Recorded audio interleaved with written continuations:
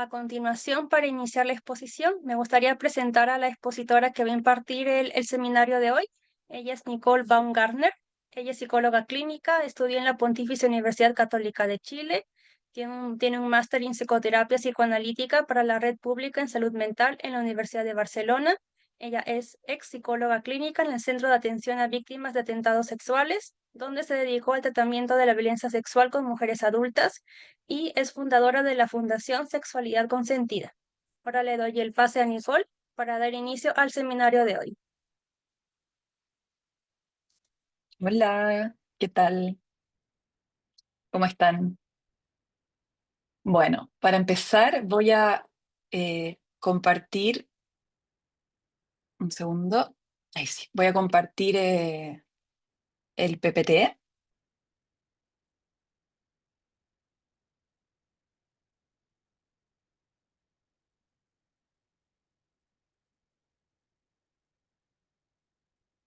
y si me pueden hacer alguna señal los que están con cámara de que está viéndose bien la presentación, sí, ok, muchas gracias. Bueno, esta va a ser una pincelada de este tema que da para tanto, ¿no? Y que vamos a estar la próxima semana unas 8 horas trabajando al respecto.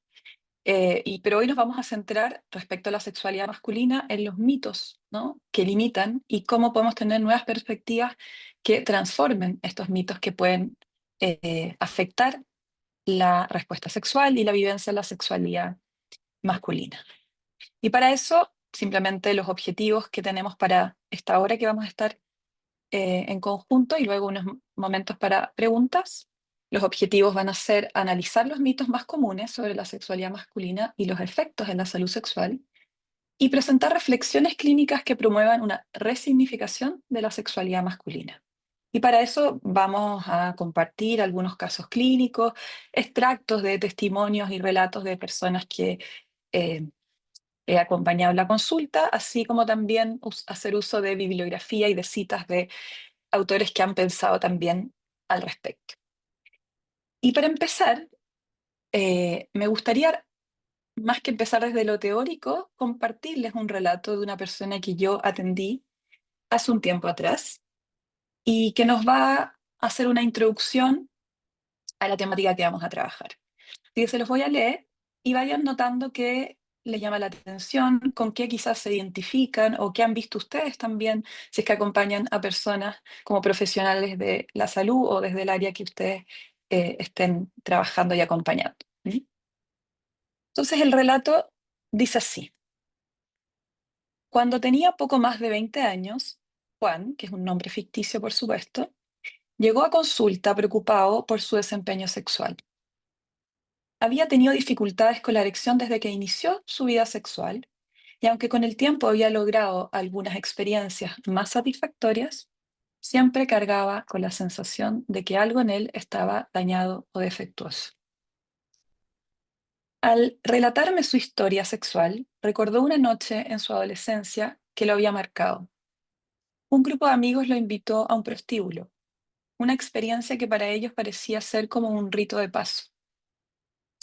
Cada uno entró con una mujer a una habitación separada, y él, aunque no se sentía realmente cómodo, accedió para no quedar fuera. Pero en esa habitación, en vez de sentirse excitado, sintió nervios, incomodidad y una presión inmensa, inmensa por rendir. Su cuerpo no respondió como él pensaba, no logró una erección. Cuando salió, sus amigos lo esperaban con risas y entusiasmo, contando lo bien que les había ido. Y entonces llegó la pregunta inevitable. ¿Y a ti cómo te fue? La vergüenza lo inundó. No podía ser el único que hubiera fallado, así que mintió. Dijo que había sido increíble, que todo había salido perfecto, y nunca habló de lo que realmente le había pasado. Años después, en terapia, seguía preguntándose qué tenía él de malo, por qué su cuerpo había fallado aquella vez y por qué seguía sintiéndose tan diferente a los demás. Entonces le dije, ¿y si acaso ellos también mintieron? ¿Quién sabe cómo le fue realmente detrás de esas puertas?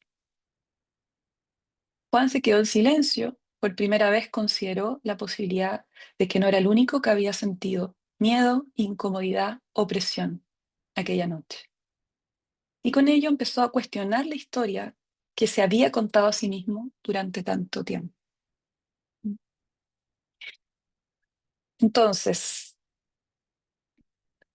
este relato nos habla, ¿no?, de un montón de mitos que pudiésemos empezar a ver o de mandatos en torno a la sexualidad masculina y también de otro punto importante que es el vivir esto desde la vergüenza, la autoexigencia y la soledad, dado que supuestamente ya vamos a ir revisando, ¿no?, los mitos asociados al desempeño sexual masculino y la virilidad. El fallar no es una opción o es algo muy vergonzoso y difícil de reconocer y de expresar. Por ende, muchas veces se vive en soledad. Em, y esta masculinidad como infalible con estos estándares tan altos genera mucha presión por el rendimiento. Entonces, esta historia de este paciente puede ilustrar cómo algunos mitos, como por ejemplo, los hombres siempre tienen que funcionar, ¿no? O frente a una mujer tiene que haber una erección inmediata, ¿no?, independiente de la situación y de cómo esté la subjetividad de esa persona.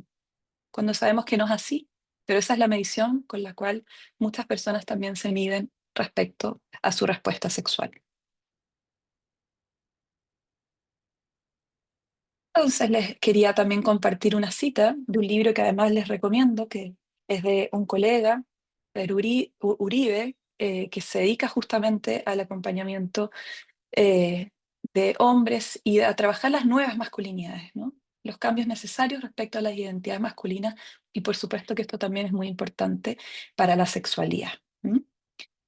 Y en esta cita habla un poco de lo que les estaba diciendo y de lo que este testimonio que compartí también plantea. Les leo la cita. La mayoría de mis consultantes tienen una relación con la sexualidad problemática, porque está escindida, separada y oculta. Me atrevería a plantear que todos los hombres solemos tener una relación problemática con nuestras sexualidades. Interesante el plural ahí porque no hay una forma de vivirla. Incluso desde la adolescencia, la sexualidad es un espacio críptico que no compartimos con nadie.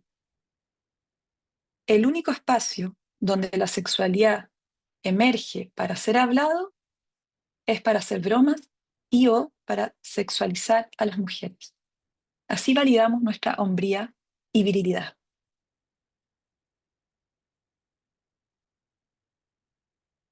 Y es interesante también como esta dificultad para compartir las vulnerabilidades, no solamente en el ámbito de la sexualidad, muchas veces en los hombres, que también, sino que se sabe, ¿no?, que consultan mucho menos, por ejemplo, en salud mental. Y hay más dificultad para pedir ayuda cuando la persona se siente mal a nivel emocional. Pero también no solamente el no contar algunas cosas entre pares, sino que también me ha pasado mucho ver en la consulta a hombres que llegan, ya sea que han ido al urólogo o están tomando, por ejemplo, Viagra o alguna, en el fondo, pastilla para el rendimiento asociado a la erección, sin que su pareja sepa que están consultando o que están consumiendo algo, sin que sepan que tienen un problema ocultando eso, incluso con parejas estables o de largo aliento, porque es como algo que no se puede mostrar, ¿no? No se puede fallar y no se puede mostrar esa vulnerabilidad. Dicho todo esto, vamos entrando, ¿no?, en los mitos frecuentes en torno a la sexualidad masculina. Y antes de eso decir, bueno, ¿a qué nos referimos con los mitos? O sea, primero hay un montón de mitos o mentiras en torno al sexo y a la sexualidad, pero hoy día nos vamos a enfocar en aquellos asociados a la sexualidad masculina específicamente, ¿m?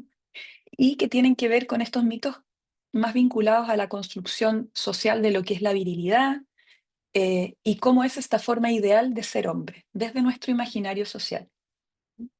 Y en general tiene mucho que ver con lo que consideramos hombres heterosexuales cisgénero, estos mandatos. ¿M? Y una dificultad también para ser validados como hombres desde las diversidades, ¿no?, sin sentir que se es poco hombre o que no se calza con ese molde. Y todo esto tiene que ver con nuestra socialización de género y estos mandatos de género. Entonces, cuando hablamos de mitos, estamos hablando de creencias, ¿no?, que muchas veces son infundadas y que están fuertemente ancladas en muchas personas. Entonces, cuando hablamos de los mitos de la masculinidad o de la falsa masculinidad, me gustaría primero, antes de yo plantearles cuáles quise destacar yo hoy, porque hay muchos, ¿no? Destaqué los que yo considero los principales.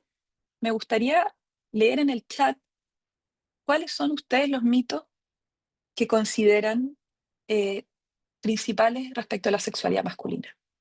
Y pueden ser mitos que han escuchado, que han visto en las personas que acompañan, que a ustedes mismos les generen presión. Y vamos lanzando ahí algunas ideas. Vamos, voy a abrir el chat para que vayamos viendo. Que los hombres siempre tienen ganas, totalmente. El tamaño del miembro, el tamaño importa, que siempre se tiene deseo. Con alcohol o con drogas funciona mejor. El hombre es más sexual que la mujer, totalmente. El tamaño del pene y el deseo frecuente, el tamaño del pene, ya vamos cuáles se van repitiendo, ¿no? Que el hombre está dispuesto a tener sexo, la disposición, se repite, ¿no es cierto? El tema del tamaño. Que sin eyaculación no hay orgasmo, completamente. La duración, ¿qué respecto a la duración, no? Sin penetración no hay placer, totalmente. Que el hombre siempre debe tener erección, que un tamaño importa, que entre más tiempo dura la relación sexual o el coito es más satisfactorio, que los hombres no fingen, el rendimiento. ¿Qué respecto al rendimiento? ¿Cuál sería el mito ahí? Que tienen sexo todos los días. Ujú.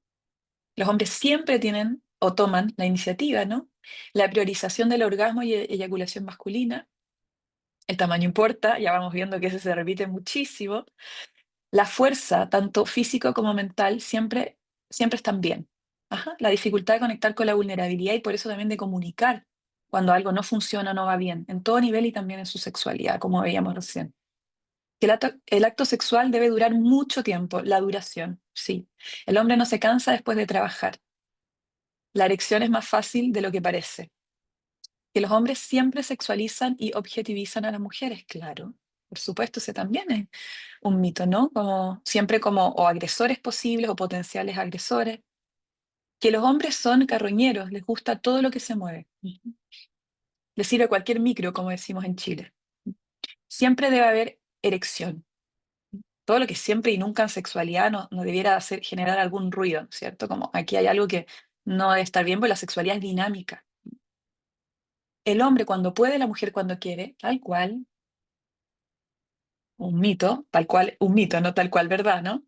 El hombre solo piensa en sexo. Entre más parejas, más winner. Claro, la cantidad. Los preservativos son para los pernos. Hombre que no hace llegar a la mujer al orgasmo no es hombre. Imagínense, ¿qué es lo que es ser hombre? ¿Cómo definimos lo que es ser hombre y lo que no? ¿Qué pasa si no llegamos a hacer supuestamente que una mujer o una pareja tenga un orgasmo? Ya no somos hombres o como si tuviera toda responsabilidad de los hombres. Los hombres no deben llorar, ya, y nos vamos para una parte que tiene que ver con lo afectivo, pero que si lo llevamos a lo sexual podríamos decir entonces que los afectos no son tan amigos de la sexualidad desde este mito de la sexualidad masculina. El tiempo de la erección, el tamaño importa, eso es más lo que piensan ellos más que la mujer. Ajá, interesante, porque hoy vamos a ver, muchas gracias Sofía, qué piensan realmente las mujeres respecto al tamaño del pene y algunas citas de mujeres que han dado su perspectiva. Mito, el orgasmo de la mujer depende del hombre. Ujú. Debe estar velludo, de lo contrario será visto como femenino. Oh, el tema de la estética, interesante. La satanización de cuando pierden la erección en medio del acto, sí.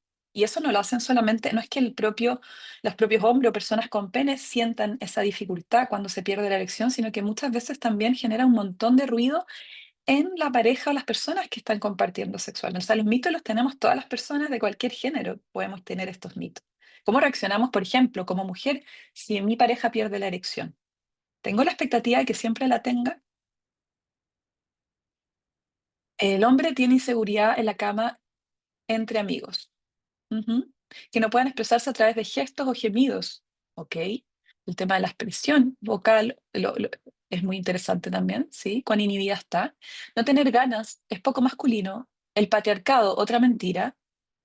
Ok, eso hay algo a debatir. Vamos a hablar un poco del patriarcado, así que vamos a ir viendo. Con condón no se siente lo mismo. Ujú. Hoy en día hay distintos tipos de condones, además, que pueden ayudar en eso, con distintas texturas, grosores, tamaños. Que los hombres son más visuales. Ujú. Responsabilizar al hombre del goce femenino. Bueno, hay muchos más, ya podemos seguir leyendo y no tengo para qué decirles nada si ustedes ya están clarísimos respecto a los mitos, ¿no? Entre más mujeres tenga, más hombres. Voy a ir leyendo los últimos. El sexo anal en los hombres hetero, totalmente. El placer que provoca la próstata es para homosexuales, claro, el cuestionamiento de la orientación sexual por cierto tipo de prácticas sexuales. La eyaculación precoz es porque la mujer estaba muy guapa. Ujú. Vamos a hablar harto de eso en el curso. Hoy no nos vamos a meter tan profundo porque es todo un asunto ese. Son los que más engañan por sus necesidades sexuales. Claro, esto del deseo, impulso irrefrenable del varón. Si no hay erección, falle en el acto sexual. El hombre no debe verse sensible o mostrarse vulnerable. Los casados no se masturban ya. Si no tiene sexo en la casa, lo busca por fuera. El hombre que se masturba mucho tiene dificultades para la erección. Si eyacula rápido, es menos hombre. Ya, vamos cerrando. Hay un montón que quiero leerlos, pero dejemos hasta acá, porque pueden venir muchos más. Y no vamos a verlos todos estos, pero todos estos son súper importantes. Yo voy a tomar los principales. He escuchado sobre que evitan hablar de sus gustos sexuales o incomodidades después de un acto sexual porque los hace sentir vulnerables. Ujú. Si se está menstruando, no debe tener sexo. Ujú. Bueno, eso es algo para las personas con vulva también y que puede atravesar los distintos géneros, ¿no? O de la sexualidad femenina. Muy bien, bueno, creo que están bastante informados y todos sabemos cuáles son estos mitos, ¿no? Y seguramente a veces también decimos, bueno, pero esto ya no pasó de moda, los tenemos súper claros, pero en la práctica, ¿qué nos sucede? ¿Mm? Entonces, han dicho muchas cosas, ¿no? La importancia dada por el hombre al tamaño del pene, la relevancia del coito en la relación sexual, este coitocentrismo, ¿no es cierto? La necesidad experimentada por el hombre de que su pene reaccione en una erección siempre inmediata, la limitación de nuestra sexualidad muchas veces, ¿no? En los hombres también al área genital, la necesidad constante de constatar la dureza o la rigidez del pene, la atribución del placer femenino, como ustedes decían, al órgano masculino, y los tiempos de la eyaculación y la duración del acto sexual. ¿Mm? ¿Cuál es el asunto? Que todos estos mitos, creencias o falsas concepciones derivadas de la cultura y también de la cultura patriarcal y de la civilización judio-cristiana, ¿no? Tienen consecuencias en la sexualidad masculina. Pueden afectar la percepción que los hombres tienen de sí mismos y también de sus relaciones sexuales. Y eso puede generar inhibiciones en el acto sexual y también afectar la respuesta sexual. Entonces, ¿por qué plantear esto? Cuando tengamos el curso la próxima semana, quienes se quieran sumar o quien se gane la beca también, eh, eh, vamos a hablar obviamente de la parte psicológica asociada, a la parte individual asociada a las dificultades sexuales, pero me parece súper importante tener esta mirada integral, una mirada más amplia, sociocultural, que tome en cuenta el contexto respecto al malestar sexual masculino. No podemos pensar todo desde lo que le pasa a Pepito, Juanito, tenemos que entender que aquí hay una mirada sociocultural, un imaginario social, ¿sí? Y no solamente es algo individual, patológico, no tenemos que psicologizar todo respecto a las disfunciones sexuales masculinas. ¿M? Entonces, hay una conexión entre nuestra salud mental y nuestro entorno y por supuesto que también entre nuestra salud sexual y nuestro contexto. ¿M? Entonces, la respuesta sexual masculina está condicionada de manera importante y determinante por estos factores socioculturales y también por los psicológicos, por supuesto. Entonces, muchos de los problemas sexuales de los hombres de esta época, en gran medida también son consecuencia de estos mitos en torno a la masculinidad. Entonces, por supuesto que lo psicológico y lo social o sociocultural está completamente interrelacionado. Y lo público y lo privado están también entrecruzados. Entonces, Eh, aquí hablaron del patriarcado como mito. Bueno, vamos a plantear algunas ideas, podemos estar de acuerdo o no, pero voy a hacer yo una pasado muy rápido por el patriarcado en el fondo como un sistema de dominación. y subordinación, es una organización social, ¿no? De dominación masculina, ¿m? Y donde hay una limitación del acceso de las mujeres a posiciones de poder.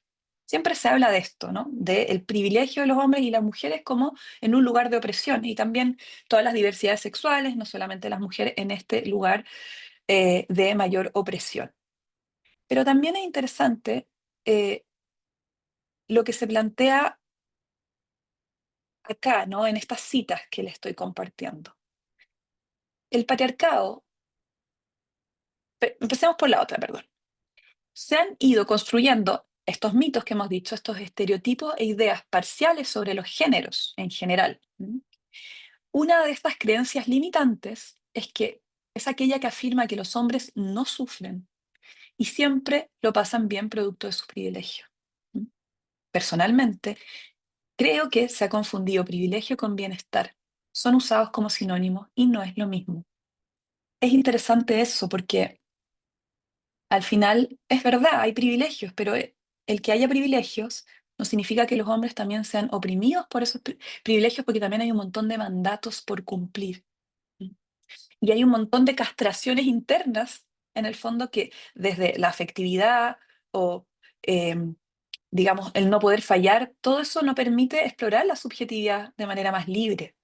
Entonces el patriarcado va a dañar a todos los géneros, incluso, ¿no? A los hombres que tienen este lugar de privilegio, aunque sabemos que está toda la interseccionalidad y no todos los hombres tienen las mismas condiciones, y el género es solo una variable. Pero que los hombres estén en una situación de privilegio no los protege del sufrimiento. Eso me parece algo súper importante. Entonces, esta cultura patriarcal va a valorar a los hombres que cumplen con los estereotipos de la masculinidad hegemónica, asociados, por ejemplo, a la potencia sexual, a la hombría, a la virilidad, y rechaza a aquellos que no lo hacen, ¿no? Y hay una consecuencia para quien salga de la norma. Entonces, ¿qué obligaciones hay ahí para los hombres respecto a su identidad? Tienen que ajustar su identidad a este modelo que va asociado mucho al poder, a la dominación y al control. Y también en el acto sexual tienen que tener el poder, la dominación, no fallar, ¿m? Tener todo bajo control. ¿Y eso qué genera? Una dificultad para explorar libremente y definir la propia masculinidad desde un lugar más auténtico, más real con lo que cada persona está viviendo y un poco más flexible. Entonces está este empuje a verse forzado a encajar en este modelo predefinido.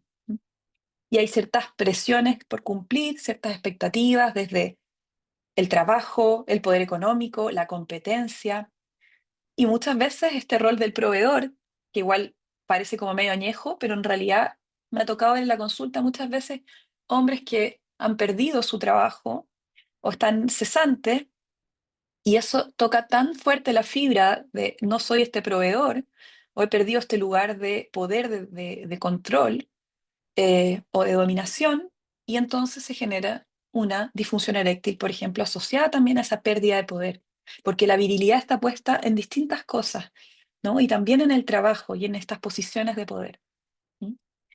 Entonces, muchas veces, para cumplir con este modelo de la masculinidad, los hombres deben ser a veces agresivos, luchadores, dominantes, ¿no?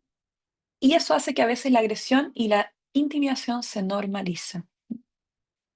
Y que se necesita para reafirmar esta hombría todo el rato, por ejemplo, estar con esto que decían distintas mujeres para reafirmar ese, ese poder o esa virilidad que necesita constante reafirmación. Entonces, el patriarcado, aunque en apariencia favorece a los hombres, los somete, como dice ahí la cita, a un sistema de control que les impide desarrollarse plenamente como seres humanos. Y está muy bien que hablemos de las opresiones y los sufrimientos, ¿no? De las mujeres o las diversidades sexogenéricas, pero cuán importante también es ver que aunque en general, muy en general, los hombres tienen un lugar de privilegio, también genera mucho sufrimiento. ¿Mm? Entonces, ¿cuál es la base de la sexualidad, de este modelo en torno a la sexualidad? Pensando en el patriarcado y también en este modelo occidental que incluye la civilización judeo-cristiana. ¿Cuál es el modelo que tenemos en torno a las relaciones sexuales y cómo influye eso en la sexualidad masculina? Pensando en todos estos conceptos que hablamos de poder, dominio, ¿no es cierto? No conectar con la vulnerabilidad. Entonces, este modelo es un modelo que es reduccionista y genitalizado. ¿Mm? ¿Qué quiere decir eso? ¿No? Quiere decir que tiene que ver muy asociado, genitalizado a la sexualidad genitalizada, es decir, al coito, esto coitocentrista, que es como la única forma de relación sexual. ¿Por qué? Porque es potencialmente procreativa, es decir, que tiene que ver con la reproducción. Y todas las otras prácticas sexuales, ¿no? Pierden el poder. Por eso es tan importante en ese sentido la erección y el funcionamiento del pene, por lo mismo, para que se pueda dar esta penetración. Eh, Esto también, ¿cuál es el costo de esta visión más reduccionista y genitalizada de la sexualidad? Que se desexualiza casi todo el resto de las zonas erógenas no genitales del cuerpo. Pensemos en toda la piel como una posibilidad, ¿no? Del órgano más grande del cuerpo, de erógeno, ¿no? Otras zonas erógenas también, y otro tipo de prácticas que pueden ser igualmente generadoras de placer. Entonces, toda la energía libidinal queda concentrada, ¿no? En los genitales, y eso reduce radicalmente nuestro potencial para sentir placer. Entonces la sexualidad queda tan ligada, ¿no? A esta genitalidad, y entonces se genera esto que decíamos de esta separación, ¿no? O disección entre lo afectivo y lo sexual. ¿Por qué? Porque lo sexual está todo debajo de la cintura, ¿no? Sin incorporar los afectos, sin incorporar todo el resto del cuerpo. Por otro lado, también es un modelo que puede ser marginador y excluyente, porque todas las otros tipos de práctica o modos de vivir la sexualidad que no sean esta heteronormatividad son castigados o son mal vistos o significa ser poco hombre, como se decía también en el chat. Aparte de que es marginador también en términos del modelo estético dominante y ciertos cuerpos normativos que eh, en el fondo son más deseables que otros desde esta mirada. ¿Mm? Y este punto de lo masculino y lo falocrático. Muchas de las cosas que ustedes decían en los mitos tienen que ver con el funcionamiento del miembro, ¿no? Del pene. Entonces, en este modelo falocrático, las relaciones sexuales giran todo el tiempo en torno al pene erecto, ¿no? Y la potencia se va a medir en base a esa capacidad eréctil. Entonces, si se pierde una erección o la erección no es tan rígida, eso va a tocar profundamente la sensación de masculinidad.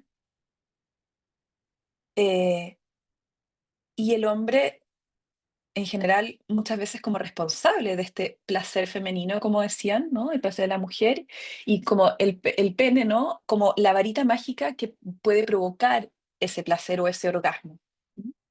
Por eso el tiempo del mantenimiento de la erección es tan importante y el pene se vuelve como el principal protagonista para bien y para mal de esta situación. Y es un modelo, por último, productivista y gimnástico. ¿Qué quiere decir eso, no? Que hay un montón de exigencias, como parece que estamos en un campeonato, ¿no? En una competencia, ¿no? Y la exigencia, el trofeo para ganar de esa exigencia es el orgasmo femenino, pensando como en este modelo de occidental que es desde, obviamente desde la heterosexualidad está pensado, ¿no? El orgasmo femenino como un trofeo. Entonces se hacen un montón de esfuerzos físicos y mentales, no eyacular antes de tiempo, lo que puede generar un montón de ansiedad y hacer que se eyacule justamente antes de tiempo. Tener una buena erección para alcanzar esta meta, ¿no? Perdiéndonos del disfrute del proceso. Entonces, la relación sexual se convierte como en una tabla de gimnasia física y mental donde se van anotando récords, metas, ¿no? Lo que se consigue, cómo se evalúa, me estoy autoevaluando constantemente. Y mucha responsabilidad que cae, ¿no? En los hombres respecto a conducir ese encuentro sexual y respecto a los resultados de ese encuentro sexual, lo cual va a generar mucha ansiedad en torno al rendimiento y miedo también al fracaso de no cumplir con este mandato de las relaciones sexuales. Entonces, les comparto otro relato, ¿no? De un paciente en la consulta de 33 años que hablaba de la pornografía y todo lo que la cultura y su crianza y la educación, poca educación sexual que tuvo, le mostró a sus pares también en torno a cuáles son los estándares de la sexualidad masculina. Y entonces él dice así: uno igual se engancha y menosprecia su vida sexual comparando con esa visión, con ese ideal de fantasía. A uno le gustaría que fuese así. No tengo una expectativa real, realista de la sexualidad. Es difícil sobrellevar una vida sexual activa con esa información utópica. Uno crece con la misión de ser un buen amante. Uno crece, ¿no? Como desde pequeño no sentir esa presión. Entonces, una vez visto todo esto, quizás a algunas personas les puede parecer como, ya, pero todo esto está añejo, hoy en día tenemos otras miradas. Pero en realidad, ¿cuán añejo está? ¿O cómo vamos en esa transición? ¿Mm? Entonces, es interesante esto de que hay una crisis de la masculinidad porque estamos entre esta tradición que estamos cuestionando y la modernidad. ¿Mm? Y los cambios, como sabemos, no son de un momento a otro. Entonces, si bien tenemos, bueno, mucha más información ahora, ha venido toda la revolución sexual, ¿no? La sexología ha sido generada como una ciencia para estudiar, ¿no? La sexualidad humana, justamente. Han habido un montón de cambios socioculturales, desde la globalización, los movimientos sociales en favor a la igualdad de género, toda la tecnología, la digitalización, los cambios en las configuraciones de las familias y los roles en las familias. Un montón de cambios. ¿M? Pero aún así, los mitos son resistentes y se resisten justamente por la fuerza que tienen de la tradición. ¿M? Y tienen una adaptación histórica, es decir, van mutando un poco, pero siguen estando ahí.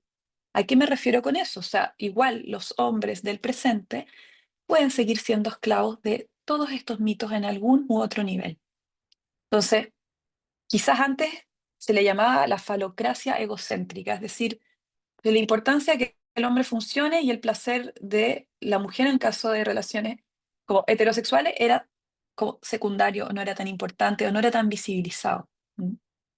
Y ahora que el placer femenino empieza a tomar como más protagonismo, ahora esa falocracia de la falocracia egocéntrica se convierte en una falocracia responsable.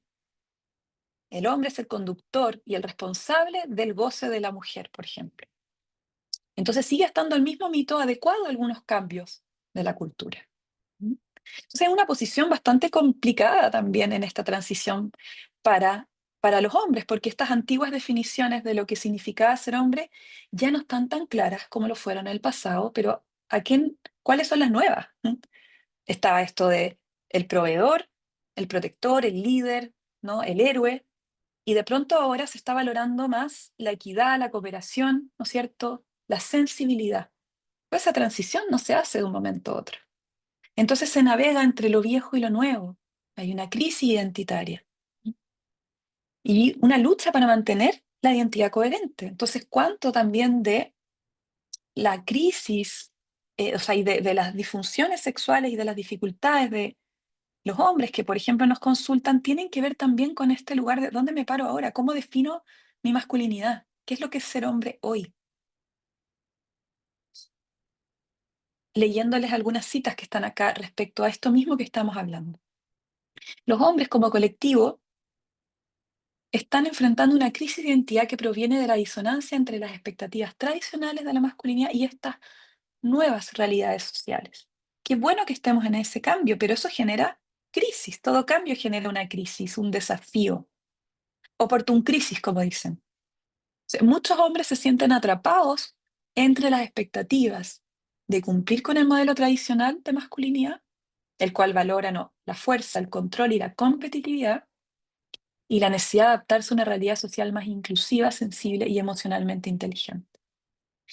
Y este conflicto genera frustración, ansiedad, falta de rumbo, inseguridad, y esa inseguridad se puede expresar en el desempeño sexual, donde ha estado tanto tiempo puesto la definición de lo que es ser un hombre, la potencia sexual.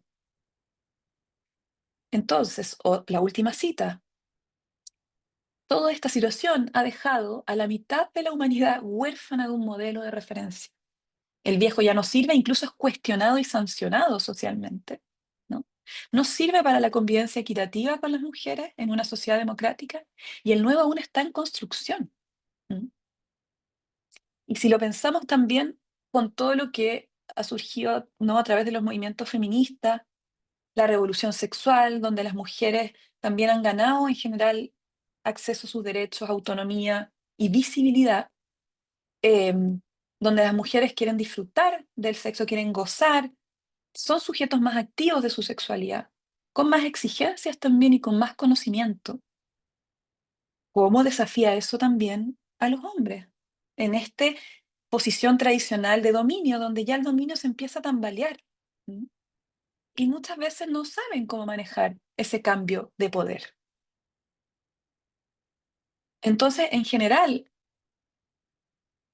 durante mucho tiempo, ¿no?, los hombres han ocupado este lugar del saber, del dominio, de la experiencia, y de pronto, quizás todo este cambio, donde aparecen también las disfunciones sexuales, como quizás una grieta por donde aparece la vulnerabilidad y la inseguridad, que es tan humana, por cierto, ¿sí?, que no tenía posibilidad de expresión, como veíamos en el relato que les compartí en un inicio. ¿Mm? Entonces vamos ahora a ver un poco estos mitos que ustedes ya han mencionado. Y vamos al mito de los mitos, ¿no? Que es la falocracia. La falocracia no tiene que ver con este poder de lo masculino y la superioridad del hombre sobre la mujer, pero aquí estamos hablando del modelo sexual falocrático, ¿no? En donde el pene erecto tiene casi todo el protagonismo. ¿Mm? Entonces, la mayor parte de los mitos de la sexualidad masculina se basan en esta equivalencia que el hombre establece entre la sexualidad masculina y el pene, e incluso entre la masculinidad y el pene, no solo la sexualidad masculina. Ya vimos que el que más apareció en los mitos que ustedes escribían era el del tamaño del pene y también el asunto de la erección.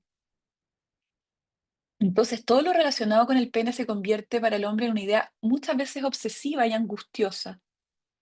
Necesita disponer de un pene bien desarrollado, dispuesto a cualquier emergencia y en cualquier momento. ¿Mm? Ha de reaccionar con rapidez y adquirir una erección inmediata, segura, con total dureza y rigidez. Tremenda exigencia, ¿no? Em, entonces, el efecto final de este mito, ¿no?, que abarca muchos mitos, ¿no?, este de la falocracia, em, tiene, tiene que ver con una generación de ansiedad muy grande por parte de la mayoría de los hombres, donde sienten que no pueden estar a la altura de eso. ¿Quién está a la altura de todas esas exigencias? ¿Mm? Y no está permitido fallar. Entonces, ¿qué pasa? Cuando una persona tiene una pérdida de erección por múltiples razones que pueden haber de esa pérdida de erección, porque eso no genera una disfunción eréctil, una pérdida de erección, pero si la pérdida de erección es vivida como un fallo, como algo que no se permite, que no puede pasar, y se vive como algo catastrófico y muy angustioso, luego cuando tenga un siguiente encuentro sexual voy a tener toda esa angustia presente y voy a estar monitoreando cómo funciona la erección, toda mi atención hacia la zona del pene y no voy a poder entregarme a las sensaciones y al disfrute. Y el placer sexual requiere de un estado de regulación del sistema nervioso y de poder entregarnos al relajo. Entonces, esa pérdida de erección única se puede convertir en una disfunción en la medida que rompe con este mito de que no se puede fallar. ¿Mm? Entonces, ¿cómo interpretemos las pérdidas de erección? Si las interpretamos como fallo y como una exigencia, como algo que está mal en mí, por supuesto que puede generar un problema que se empieza a cronificar. Entonces, escuchemos acá algunos relatos de este libro que también es muy interesante, de los mitos sexuales de la masculinidad.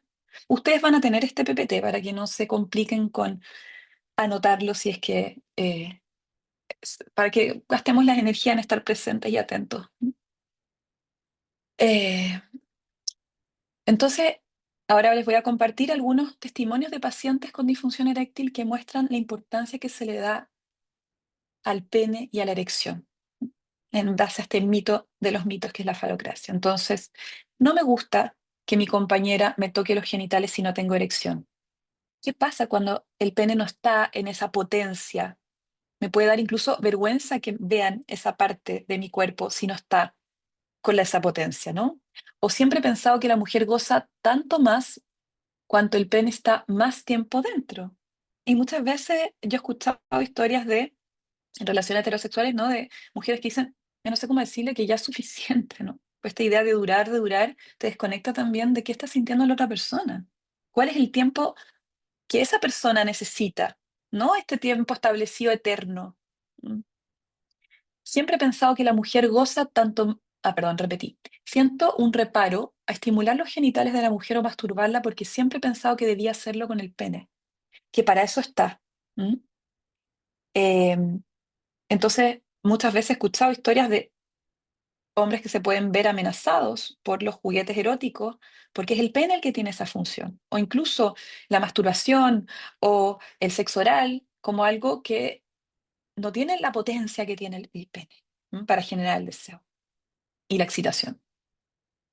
Mi compañera a veces quiere estimularme, pero yo no quiero que la erección venga por la ayuda de ella. Esto viene de este mito de la idea de que la erección tiene que ser inmediata y no necesita ningún estímulo, ninguna estimulación para que suceda. ¿Ah? Como si apretásemos un botón y se activara, como algo automático, como una máquina. ¿Dónde está la subjetividad ahí? Otro relato, me gustaría tener el pene algo más grande, creo que puede dar más satisfacción a la pareja. ¿Mm? De nuevo, el tema del tamaño, ustedes ya lo mencionaron. Para tener erección tengo que estimularme yo. A veces antes de ir a la cama voy al servicio, al baño, y me masturbo porque me da vergüenza que me vea mi mujer sin erección. ¿Mm? Cuando estoy con una chica siempre estoy esperando que venga la erección. El tema se me ha convertido en una obsesión. Entonces también está bueno ponerle relatos, ¿no? A esto que estamos hablando y que escuchamos nosotros en nuestra propia experiencia, si es que nos sentimos identificados con esto o en quienes acompañamos, ¿no? Entonces vamos a explorar un poquitito algunos de estos principales mitos. Ya vimos como el paraguas, el mito más grande, ¿no? Vamos a hablar sobre algunos de estos mitos más comunes, el impacto que tienen y las realidades que los desmienten, porque son falsas creencias, ¿no? Entonces, esto de que el hombre está siempre dispuesto y listo para tener relaciones sexuales, ustedes lo mencionaron. Siempre listo tanto en deseo, que siempre tiene que tener deseo, tanto en erección. ¿Mm? Es lo mismo que decir como si el hombre no se excita en una situación sexual, es anormal o algo falla, o un hombre que funciona bien tiene una erección cuando ve a una mujer, por ejemplo, como que es algo inmediato, como que no hubiese proceso. O que el hombre funciona bien. O sea, el hombre que funciona bien tiene siempre una erección cuando está junto a una mujer. Esto de los siempre y los nunca, ¿no? Como una incondicionalidad. O que el hombre no debe decir nunca que no al sexo. Y ahí me acuerdo de una persona que acompañaba yo, un paciente que me decía, el otro día tuve un encuentro sexual y sabes que tuve problemas con la erección y empezamos a ver qué le habrá pasado, ¿no? Y concluyó que finalmente la persona con la que se compartió en realidad no le atraía, no le gustaba, pero que esa persona lo buscó y es como, ¿cómo voy a decir que no? Si yo siempre tengo que querer. ¿Mm?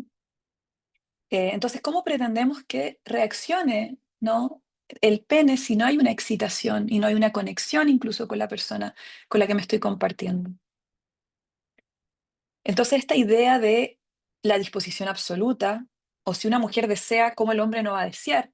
Tiene que también desear forma parte de la identidad masculina, esta disposición absoluta. ¿Mm?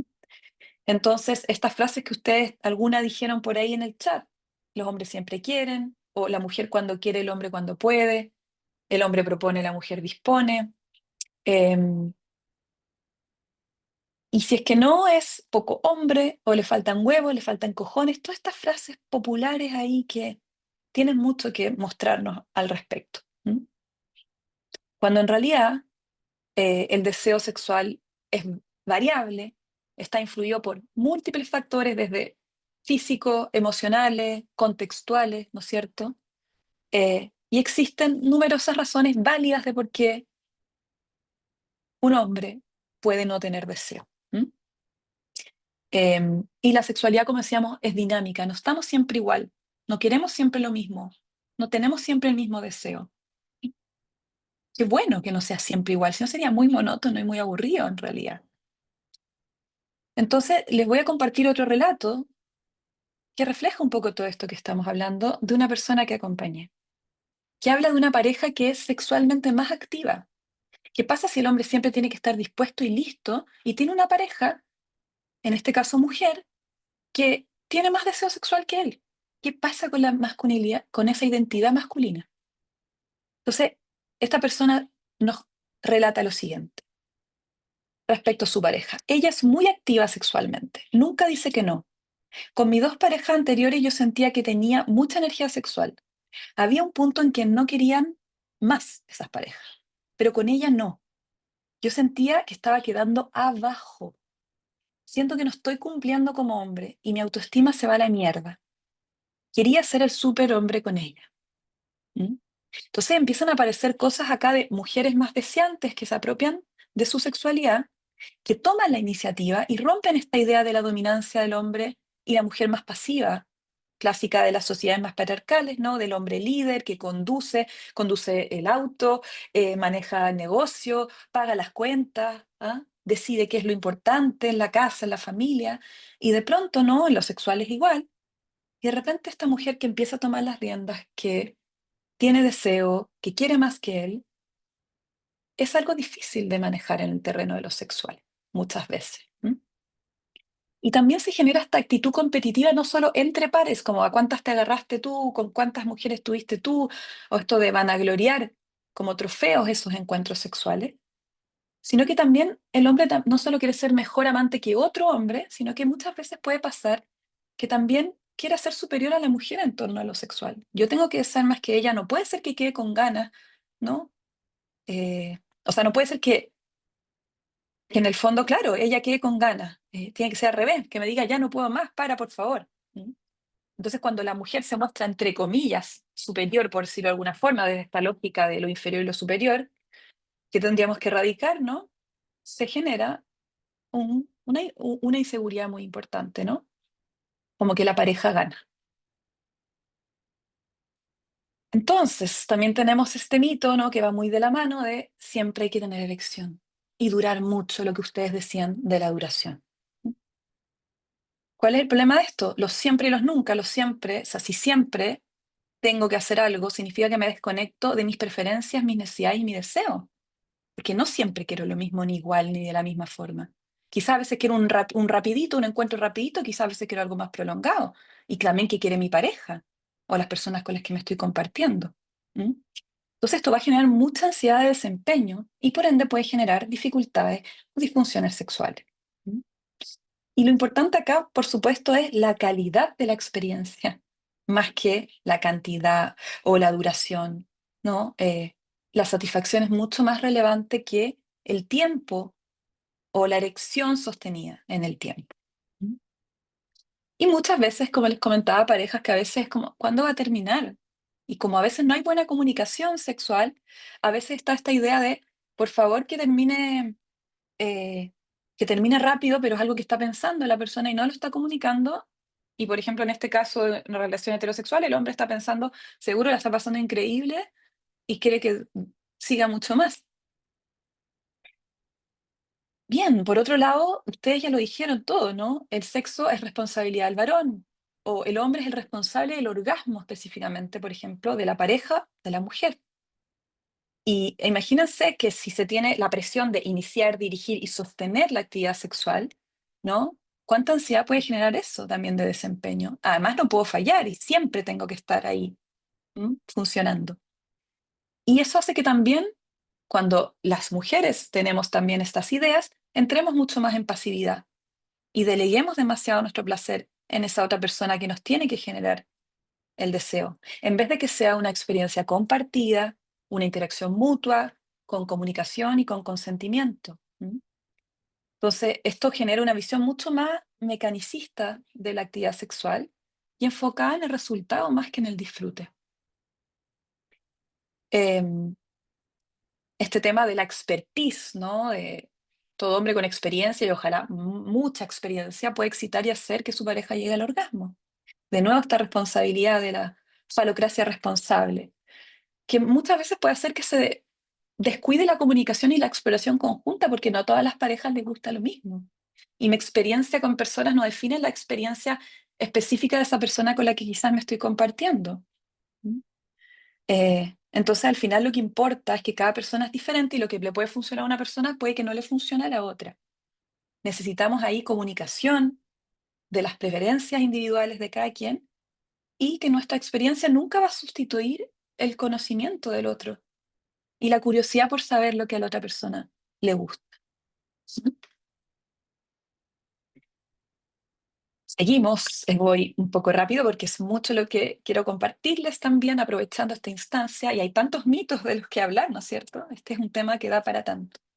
Y este fue el que más mencionaron ustedes, que tiene que ver, ¿no es cierto?, con el tamaño del pene. ¿Mm? Por ejemplo, ¿no? Esto de el pene con un, o sea, el hombre con un pene grande tiene mayor potencial sexual que quien lo tiene más pequeño.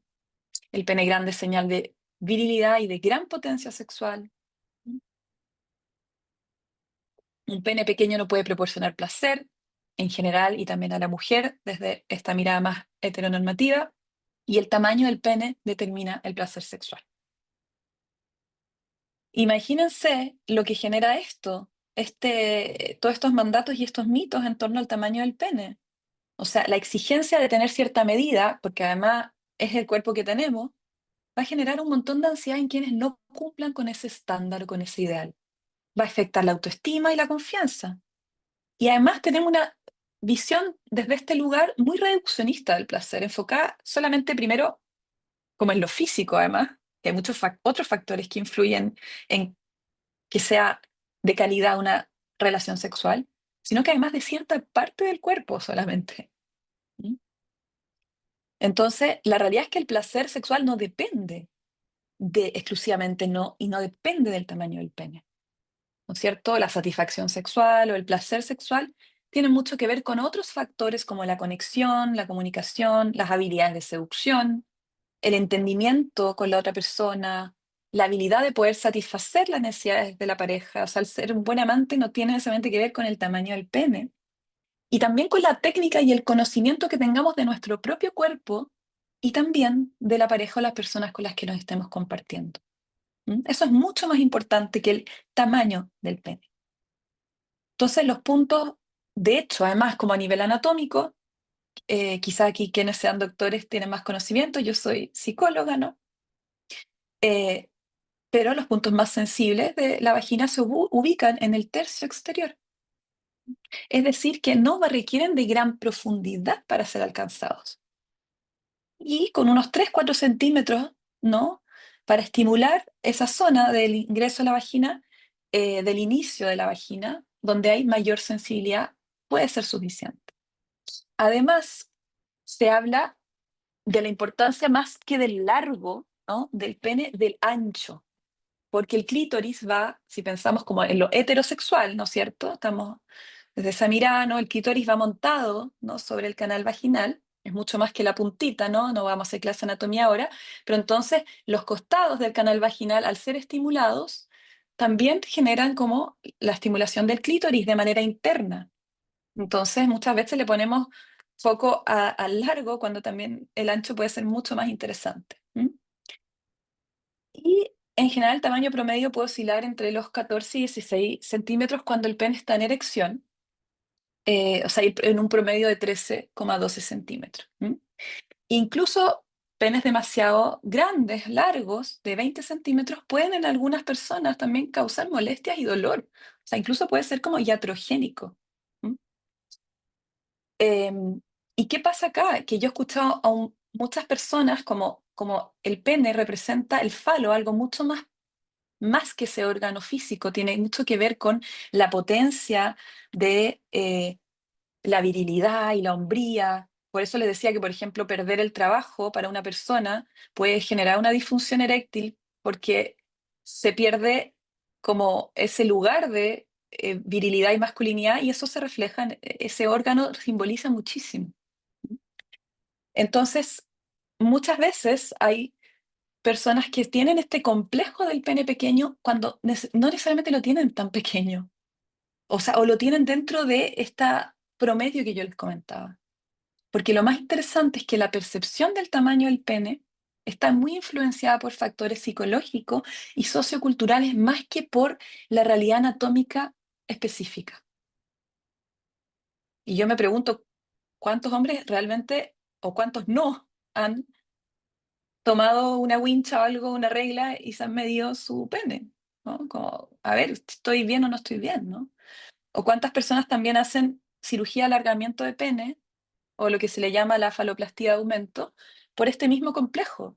Yo no estoy diciendo que cada quien puede hacer lo que quiera con sus cuerpos, ¿no? Pero en el fondo también es desde dónde lo estoy haciendo. Em, entonces, les voy a compartir de nuevo una mini viñeta, un relato en torno a este asunto, bien cortito, pero que ejemplifica esto de personas reales que yo he acompañado, ¿no? Habla sobre el complejo del tamaño del pene y me dice, yo siento que lo mío es normal. He visto en internet acerca de operaciones para cambiarse, ¿no? Alargarse el pene. Y si lo hiciera, yo creo que ella se sentiría con mayor satisfacción, sentiría más. Y por ahí en el chat decían, bueno, en realidad los hombres creen eso, las personas con pene creen eso, pero en realidad, ¿qué les pasa a las personas con vulva a las mujeres respecto a esto? ¿Mm? Eh, y muchas veces también está esto de las escenas pornos, ¿no? Y también de las bromas entre los amigos o la comparación en los baños, en el urinario. Entonces hay un montón de presión en torno al tamaño del pene.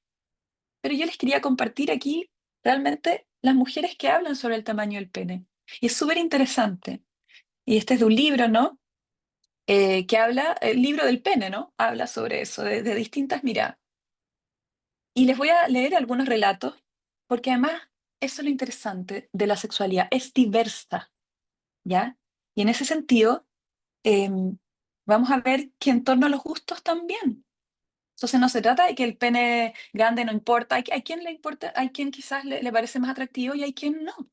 Entonces leamos estos relatos, los voy a compartir. Para mí, el tamaño del pene no es tan importante como el tamaño del cerebro, ¿no? Esto del sapiens, ¿no? Como lo erótico del intelecto también. ¿Qué me prende a mí, no? Aquí hay otra persona, otra mujer que dice, el tamaño sí importa. Está arraigado que cuanto más grande, mejor. Y un hombre grande parece poderoso de una manera realmente primitiva.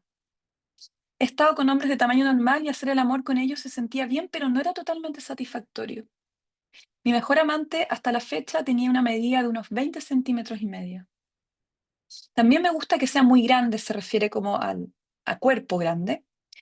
Eh, Hay algo en la proporción que es importante. Soy una mujer grande y ancha, tampoco puedo salir con hombres bajos. Todo vuelve al poder, ¿no? Hay un pequeño dolor que es un elemento poderoso en un hombre más grande. La sensación es más profunda, se refiere no a la penetración, y hay menos trabajo involucrado. El sexo puede ser extremadamente placentero sin mucho movimiento. Ese espacio está lleno, ¿no? Como el de la vagina. Interesante. Otras miradas más. Cuando tenía 18 años era bastante promiscua y conocí a un chico punk rock. Yo estaba interesada en él y se rumoreaba que tenía una polla, un pene enorme, y que estaba perforada, ¿no? Tenía un piercing. Y yo estaba muy emocionada. Me acosté con él y me dolió. Déjame decirte que era tan grande que pensé, oh no, era tan grande que era un gran problema. Pensé, maldita sea, estaba tan emocionada por esto. Los hombres están muy preocupados por el largo, pero el ancho es mucho más importante. Realmente puedes sentir uno ancho, esto que decíamos antes desde lo anatómico. No tiene por qué ser el pene más grande del mundo, pero si es demasiado pequeño se pierde. Una vez que alcanza el promedio, el tamaño no importa de ahí en adelante, depende de los buenos amantes que sean. La última. Solo por diversión llamé a algunos servicios de escorts para saber qué ofrecían y cuánto cobraban. Dijeron que todos tenían penes muy grandes. ¿Qué tan grande? Dije. Dijeron que medían al menos 20 centímetros. Y dije, ¿qué es eso? ¿Un arma homicida? Entonces, como interesante ver que aquí también hay diversidad, como en todo. ¿Mm? Y no todos nos gusta lo mismo. Y esto también tiene que ver con la relación del tamaño del pene. Y más bien diría yo que eh, es más que no es necesario que sea tan grande a que lo sea. Pero me pareció interesante compartir con ustedes estos relatos. ¿Mm? Y bueno, aquí, como ven en la imagen, ya vamos a los últimos dos puntos de mitos, que es todo lo que tiene que ver, ¿no?, con la cualidad de la erección. Y vemos ahí al amigo, ajá, como a las pastillas, al Viagra, al sildenafil, eh, con el preservativo, ¿no?, de la mano. Entonces, mitos en relación a esto. Para poder penetrar el pene debe estar rígido como un palo.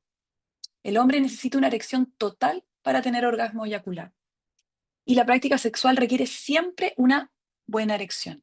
¿Mm? De nuevo, esto coitocentrista que ya hemos hablado, hay cosas que ya hemos dicho. Entonces, ¿cómo se puede seguir la persona sintiendo hombre aún con una pérdida de erección o con una erección no tan potente por las razones que sean? ¿Ah? Que eso es lo que también va pasando en la medida que se envejece, cambia el tiempo de la erección, la rigidez de la erección, pero se puede tener actividad sexual placentera de todas maneras. ¿Mm? Entonces, ¿qué genera todo esto? ¿Cuál es el impacto? Enseguida, después, Álvaro, te voy a dar la palabra, ¿ya? Eh, si quieres mantenerte con la manito ahí para que después yo me acuerde, ya, bacán, gracias. Entonces, ¿cuál es el impacto que genera esto? La ansiedad de desempeño, presión, exigencia, temor, ¿no? Y hay algo que se llama en sexología como el rol del espectador, que es decir, automonitorearme constantemente y una atención fijada en el miembro masculino, en el pene, en la propia erección, con una preocupación expectante a ver si ocurre o no ocurre la erección, el grado de firmeza de la erección. ¿Y qué pasa con eso? Que elimina los estímulos que hacen posible la erección, que son ¿qué? Los estímulos sensuales, sensoriales, eróticos, pasionales, sexuales. ¿Por qué? Porque mi atención está en el rendimiento, no en lo rico que se está sintiendo lo que estoy viviendo.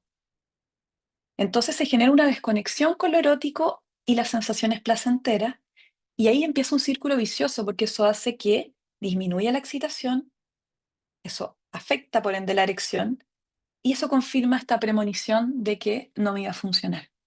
¿Mm? Entonces el sexo de nuevo es visto en ese sentido como un torneo, eh, y hay como una voz o un público interno, es como el rol del espectador es como si se saliera la persona de sí misma, si estuviera viendo en un escenario con este público interno que se está atormentando y reprochando, como si la persona ahí se dividiera en dos, ¿no? Eh, la persona que se observa y su cuerpo, o incluso la persona y su pene. Y sabemos que justamente esa dinámica ansiosa, todo lo que hace es desconectar de lo erótico. Entonces, esta persona observa lo que le ocurre genitalmente a otro hombre que es el mismo. ¿Mm? Y por ende, se disminuye la presencia y se pierde la erección. ¿Mm? Y no contabilizamos ahí el poder de las manos, la boca, la piel, la conexión, todas otras cosas que son importantes para el acto sexual. ¿Ya? Entonces, todo se reduce desde esta mirada, desde este mito de la sexualidad, al funcionamiento del miembro, del pene, em, y es como si se fuera como un músculo, como una máquina, ¿no? Que si se ejercita, ¿no? Se hace cierto entrenamiento, se puede reponer y volver a funcionar, ¿no? Em, y también están todos los objetos tecnológicos que ofrece el mercado, ¿no? El Viagra, el sildenafil, el tadalafilo, como toda la opción de gamas de fármacos que ayudan a que esto funcione. ¿M? Entonces, igual es interesante ver que el consumo de Viagra se utiliza cada vez en personas más jóvenes sin una dificultad física, ¿no? De su respuesta sexual. Y muchas personas, al iniciar su vida sexual por temor a fracasar, incluso antes de explorar su primera relación sexual, ya tienen este temor y para evitar fallar, consumen en su primer encuentro sexual el Viagra. Y eso también va a marcar un parámetro de la rigidez que da el Viagra versus la rigidez natural. Y puede quedar como un parámetro, ¿no? Y puede volverse una muleta, ¿no? Que sin ella no se puede caminar. Entonces, se puede utilizar para durar más muchas veces o para no fallar en una primera cita cuando se conoce a alguien y hay angustia porque hay falta de confianza. Muchas personas se automedican sin tener necesariamente un diagnóstico. Entonces, la pregunta casi que hoy en día va surgiendo es, ¿cómo tener sexo sin Viagra muchas veces? Hay hombres que consultan que llevan años tomando Viagra. Y un último relato. Por favor, Álvaro, anota la pregunta porque voy a abrir la pregunta al final, ya para abrir ahí el espacio. Entonces, para que no se te olvide si quieres anotarla em, en un ratito más. ¿M? Entonces, un último testimonio en relación a este asunto de el Viagra y lo que va generando, como casi una dependencia, sin necesariamente tener un problema orgánico, de hecho, sin tenerlo. Una dependencia psicológica del uso de ese bastón que me da una seguridad que yo no tengo. Entonces, esta persona dice, habla del tema de la duración y dice, durar mucho, estar mucho rato como algo positivo, ¿no? Yo lo logré varias veces, ¿no? Consumiendo, por supuesto, el Viagra. Con muchas posiciones durante el encuentro, lo logré varias veces, durar mucho rato, pero esto no se puede mantener. ¿Mm? Eso me genera la pastilla, dice. Sí, la pastilla es rico, pero una vez nomás. En cambio, que las pastillas pueden ser dos, tres. Es como no querer bajar la expectativa y no adecuarse a lo orgánico de nuestro cuerpo también y a lo que puede nuestro cuerpo desde su naturalidad. ¿Mm? Yo no estoy diciendo con esto que no se puede usar los elementos farmacológicos, sino que también cómo se pueden generar ciertas dependencias o incluso utilizar como preventivamente por ciertos temores y también falta de educación sexual. ¿Mm? Y el último mito, ya queda poco, em, tiene que ver con lo que ustedes decían respecto a no mostrar la vulnerabilidad, en el fondo, la desconexión de lo afectivo. ¿M? Los hombres viven el sexo sin la implicación emocional. Entonces se da esta dicotomía o esta disociación entre el sexo y los afectos. Ya han escuchado esta cosa más tradicional de la división de las mujeres en dos grupos, ¿no? De aquellas que son para tener familia, la madre de los hijos, como esto más puro, idealizado, desexualizado, que no es objeto de deseo, y aquellas mujeres eh, donde se pueden cumplir todas las fantasías sexuales como un goce sin restricción ni culpa. ¿Mm? Entonces, esto genera un impacto justamente en que hay una desconexión de lo afectivo, se vuelve más mecánico el acto sexual, el desempeño, y hay una dificultad para expresar la vulnerabilidad. ¿M? Y generar, por ende, conexiones. Em, y eso puede hacer que se genere mucha confusión, culpa o rechazo cuando, por ejemplo, el hombre experimenta ciertas emociones en la intimidad, o incluso que evite experimentarlas, o que cuando quiera conectar con sus afectos en el acto sexual y unir ambas cosas le sea tremendamente difícil y desafiante. Em, entonces muchas personas dicen, estaba todo bien cuando teníamos actividad sexual casual, ¿no? Con distintas personas, pero cuando empecé a crear un vínculo afectivo, es como que se empieza a afectar la respuesta sexual y puede venir, por ejemplo, una disfunción sexual, una disfunción eréctil, una baja del deseo, como que no pudiesen ir a veces de la mano, y eso lo padecen muchísimo. ¿Mm? Entonces, la realidad es que hoy en día se habla de lo sexo afectivo. Hay quienes critican ese concepto porque en realidad cuando hablamos de sexualidad nunca podemos sacar los afectos. Ni siquiera cuando estamos teniendo un encuentro casual, porque es humanidad compartida, ¿no? Si no estamos hablando de violencia sexual, ¿no? Donde hay consentimiento, hay conexión con el otro. Entonces, en realidad, cuando hablamos de sexualidad, hablamos de lo afectivo. Eh, y el sexo es una experiencia emocional y significativa, eh, o debiéramos apostar a que así sea, ¿no? A integrar todas las partes nuestras en ese encuentro. Y además que la conexión emocional y la intimidad pueden ser tremendos potenciadores del placer. ¿Mm? No tienen por qué estar en oposición. Entonces, para ir finalizando, ya viendo todos estos mitos y después abrir las preguntas, ¿hacia dónde vamos? Como que mencionamos todos estos mitos, ¿no? Y también los cuestionamos un poco en el camino, pero ¿qué hacemos con esto, no? Como se llamaba el seminario de hoy, ¿no? Estos mitos, pero ¿qué perspectivas que puedan transformar esto? ¿Cómo podemos vivir una sexualidad más libre y saludable? Finalmente, todas las personas.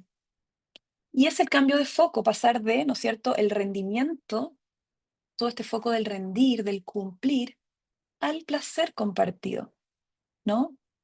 Y no del responsable del placer de la otra persona, sino que este placer compartido que co-construimos.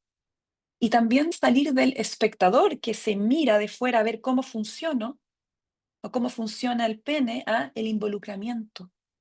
Y me entrego y me conecto efectivamente y me conecto con todo mi cuerpo y con todas las posibilidades que tiene el cuerpo de poder disfrutar más allá del pene, ¿no? Y es una progresiva autoaceptación de la sexualidad como yo la vivo. También la sexualidad y la vulnerabilidad, el permitirse sentir, explorar y comunicar. Hablar respecto a esto, a lo que me cuesta, a lo que es difícil para mí, mostrar mi vulnerabilidad, comentarlo entre hombres, comentarle de pronto a mi pareja lo que me pasa, ¿no? A diferencia de este caso del prostíbulo con el que iniciamos el seminario. Y también la importancia de la educación sexual para deconstruir estos mitos y mejorar la experiencia, que es un poco lo que estamos haciendo ahora, cuestionar estos mitos, deconstruirlos, tener una mirada más crítica y entender que estamos hablando de sexualidades y no de una sexualidad ni una forma de vivirla. Y esto va a hacer que tengamos expectativas más realistas y por ende no nos estemos comparando siempre con un estándar que nunca vamos a alcanzar y que nos genera ansiedad. Y esto implica promover una visión más positiva y no tan patologizante y exigente de la sexualidad masculina. En el fondo, una masculinidad más auténtica y una sexualidad masculina más auténtica. ¿Mm? Y esto implica esta transición a las nuevas masculinidades, ¿ah? A una masculinidad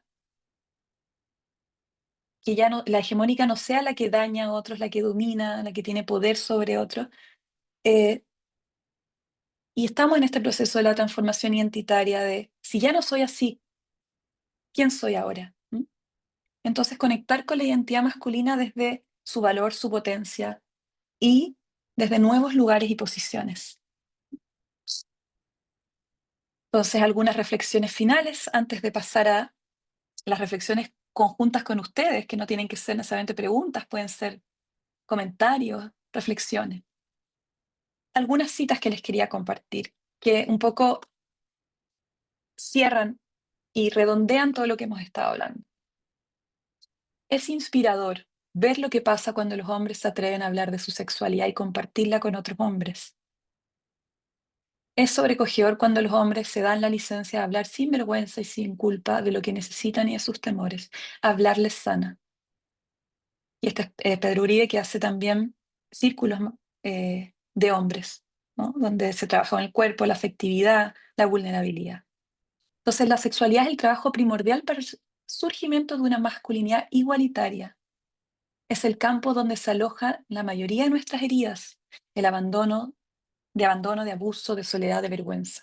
Y nos impide conectar con el resto. En nuestros cuerpos está impreso el sello del patriarcado. Dos citas más antes de terminar. No existe una única forma de sexualidad, sino que habitan diversas sexualidades dentro de cada cuerpo que compartimos con otras sexualidades. Son plurales porque son dinámicas y varían. No tengo el mismo sexo con A que con B. Puedo hacer todo igual, pero igual es distinto. Nuestra sexualidad es fluida y varía según la edad, las necesidades, las parejas sexuales, las prácticas sexuales. Incluso nuestra orientación sexual podría cambiar. Podría cambiar mi deseo y los géneros y cuerpos que me atraen. Todo está en permanente cambio en la sexualidad, lo que decíamos de la sexualidad dinámica. Y un último cita de un libro de los arquetipos para una nueva masculinidad. ¿Qué arquetipos, qué referentes podemos tener para una nueva masculinidad, no? Y plantea, en la actual crisis de masculinidad no necesitamos, como dicen algunas feministas, menos poder masculino. Necesitamos más. pero necesitamos más del hombre maduro, que es un arquetipo del que habla, ¿no? ¿Qué sería este hombre maduro? Ahí lo pueden ustedes investigar en este libro porque no nos da el tiempo, ¿no? Pero necesitamos más psicología del hombre, necesitamos desarrollar un sentido de calma respecto del poder masculino para no tener que actuar de forma dominante y desempoderar a los demás. Muchas gracias. Ahí está mi Instagram por si quieren eh, seguir ahí los contenidos que voy compartiendo, que sigamos también en contacto, mi correo electrónico, mi página web. ¿M? Abro el espacio para preguntas y reflexiones y también les vuelvo a dejar eh, el curso que vamos a estar, bueno, voy a estar impartiendo la próxima semana sobre evaluación y abordaje de las disfunciones sexuales masculinas. Me vamos a ahondar en las disfunciones sexuales masculinas específicas, ¿ya? Así que damos unos minutos para preguntas, me extendí un poco más. Gracias por la paciencia. Así que vamos en orden con estas tres preguntas que aparecieron, o reflexiones, como decía, comentarios. Álvaro, después Camila y después Yuri, ¿les parece?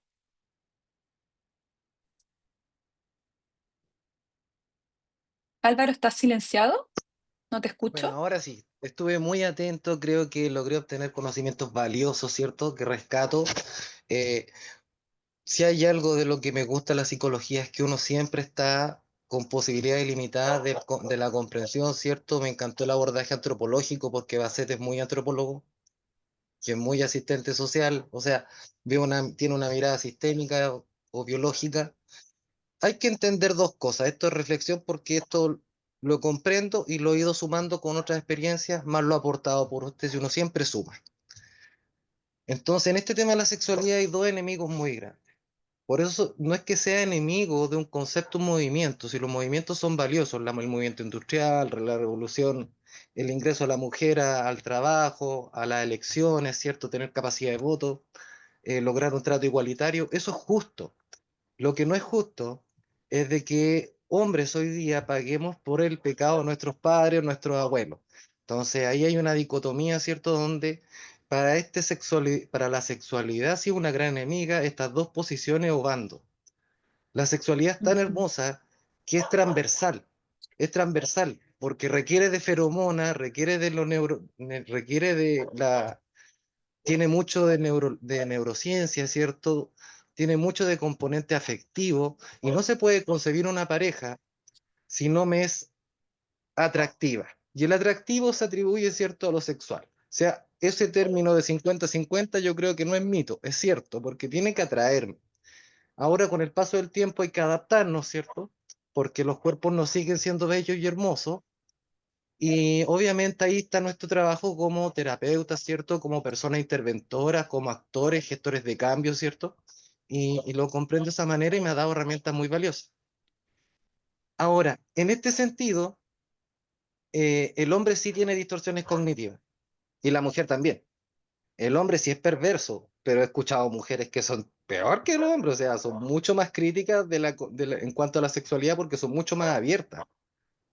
Entonces, esta mirada, ¿cierto? Este enfoque me encantó, ¿cierto? Y quería terminar con una consulta. ¿Cómo ve el tema para este abordaje en cuanto a la mejora de su propiocepción, ¿cierto? Por parte del hombre, porque estamos hablando del Ujú. hombre, Sí. ayudar en cuanto a la autoestima y aceptación y compromiso, porque aquí veo algo muy cognitivo-conductual que hay que trabajarlo desde lo emocional, Ujú. determinar las 4P como corresponden desde lo clínico, ¿cierto? Ver cuáles son los factores precursores, si hay, es que hay algo genético, y obviamente estamos afectados por lo ambiental, porque tampoco es grato querer concebir una relación, esta que se puede Mm. encontrar, que sea casual, cuando no puede, se puede malinterpretar o el hombre puede ser juzgado de alguna manera. Entonces, ese suma a Ajá. otro una forma inhibitoria en cuanto a la sexualidad. Claro, porque suma un miedo Bien, sí, y se sí, me ha sí, referido, entonces por eso lo contextualizo.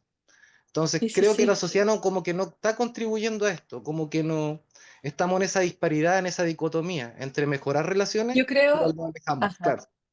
a mí me gustó mucho esto que les traté de transmitir, que de estos autores que no les pude compartir, que justamente hablan de esta transición. Y la transición implica que es un momento medio crítico, ¿no? Donde hay ciertas cosas que quizás ya no queremos o que hicieron nuestros, como tú decías, abuelos o antepasados, ¿no? Para atrás y que igual estamos, como que quizás hay ciertas cosas que claramente ya no estamos replicando, pero quizás otras más sutiles y más profundas sí. ¿Mm? Y te agradezco los aportes y no te pregunté tu pronombre, pero escuché que dijiste, los hombres pagamos hoy, ¿no? Por los pecados de, ¿no? Los padres, los abuelos. Y en ese sentido me encanta que hayan voces acá de hombres, ¿no? Presentes y eso es súper importante porque aquí es verdad, yo estoy hablando, me identifico, ¿no? Como ella y es interesante también que hayan estos diálogos aquí. Y ha sido muy interesante como mujer también atender eh, a hombres y lo que genera eso, ¿no? Porque eso muchas veces puede ser un desafío, pero justamente lo que tenemos que empezar a poder hacer, hablar de esto. También eh, entre géneros, ¿no? Como sea que nos identifiquemos, porque esto es transversal y al final todos estos mitos no tienen que ver, no están anclados en las personas con pene o en personas que se identifican como hombres cis, sino que estos mitos los podemos habitar todas las personas, ¿m? Porque todos estamos en esta cultura y todos estamos tratando de resignificar, ¿ya? Y en torno a lo que tú dices de la propiocepción, de la autoestima, la aceptación y compromiso, todo esto más cognitivo, bueno, no da para hablar de lo como exactamente cómo terapiar esto, porque eso va a ser lo que vamos a ver en el curso justamente de 8 horas, porque no nos da el tiempo. Pero sí podría decir, adelantar, que hay una parte que es cognitiva, obviamente, hay otra parte que es más inconsciente y profunda. Por lo menos mi abordaje es así. A mí me gusta ver los distintos, como que la terapia sexual muy conductual creo que se pierde de ver cosas más profundas que están a la base y una mirada muy psicologizante también pierde esta mirada social que es importante integrar. Hoy le pusimos foco a eso. En el curso vamos a hablar más ampliamente de todo esto y también el cuerpo. Cuando hablas de la propiocepción, o sea, si estamos tan acostumbrados a poner todo el foco como hombres en el pene, va a ser súper importante empezar a sensibilizar otras zonas de nuestro cuerpo. Y eso va a poder requerir, por ejemplo, por decir algo, no es para dárselo a cualquier persona como prescrito, pero es como por decir una idea, de hacer algunos ejercicios de exploración con el propio cuerpo, de autosensibilización, por ejemplo, previo a la masturbación o incluso sin la masturbación de la mano después. Puede ser como empezar a explorar las sensaciones que hay en mi cuerpo al tocar la cabeza, ¿no? Incluso en sesión podemos hacer ejercicios ¿qué pasa si una mano toca la otra? ¿Qué aparece ahí? ¿Hay disociación? ¿Hay presencia? ¿Qué se siente bien? ¿Qué me gusta de este tacto? ¿Más firme, más suave, más lento, más rápido? ¿Puedo utilizar algún objeto para promover una sensibilidad distinta? ¿Una pluma? ¿No? La cabeza también. Entonces empezar a como activar otras partes del cuerpo y permitirse también esa exploración. Entonces hay gente que muchas veces es como muy automático, quiero tener una actividad sexual y voy derecho a la genitalidad, ¿no? Me quiero masturbar y toco solamente esa zona y me olvidé del resto del cuerpo. Y si me doy una ducha y siento el agua correr por el cuerpo y siento la temperatura y después me echo cremita que los hombres se echan tan poca porque supuestamente cada vez más, pero es algo de las mujeres, ¿no? En principio, y si me echo cremita y me mimo mi cuerpo y entonces es como que lo pongo disponible, ¿ah? Lo activo y después de eso entonces voy a la genitalidad como un proceso. ¿Ah? Y también hay grupos de hombres que empiezan a trabajar con Gestalt o con trabajo corporal, o sea, hay múltiples formas, pero lo que quiero decir es que estoy de acuerdo con lo que dijiste, que hay que abarcar todos esos ámbitos, di una pincelada ahora, quien quiera profundizar, la otra semana le damos con todo ahí un poquitito más, ¿ya? Así que gracias Álvaro por compartir, por la pregunta, y seguimos con Camila y después con Yuri. Ahí sí, Camila, ahí te escucho. Ahí me dejó. Ay, sí me dejó. Hola, buenas tardes. Bueno, muchas gracias por la presentación. Estuvo muy entretenida y buena. Me quedé un poco pensando en la parte en que colocas esto de la dicotomía sexo y afecto y mencionas como Freud indica que hay como una cosa extraña ahí que se genera entre el deseo y el amor, por así decirlo, y el apego. Entonces yo le hacía la pregunta como en el chat y escribí sobre esa última parte respecto a la baja de la sexualidad por ir adquiriendo apego. como que Ujú. que me parece que no es tan mito, de hecho lo siento a nivel personal, que a medida, Sí, y que siento que tiene que ver con el tema de los estilos de apego. sí, Eh, a medida que yo voy sintiendo como este tipo de seguridad o generando un tipo de vínculo, ya me deja de ser excitante esa persona. Y esto sí, lo he estudiado sobre este tema. Y de hecho, de hecho aún más, me formé en esta cuestión como de los estilos de apego.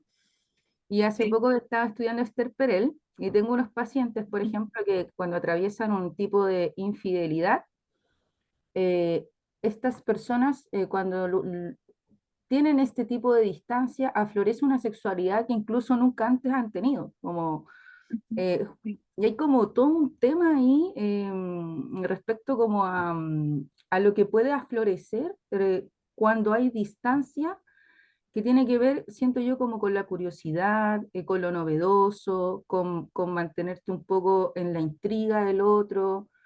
Sí.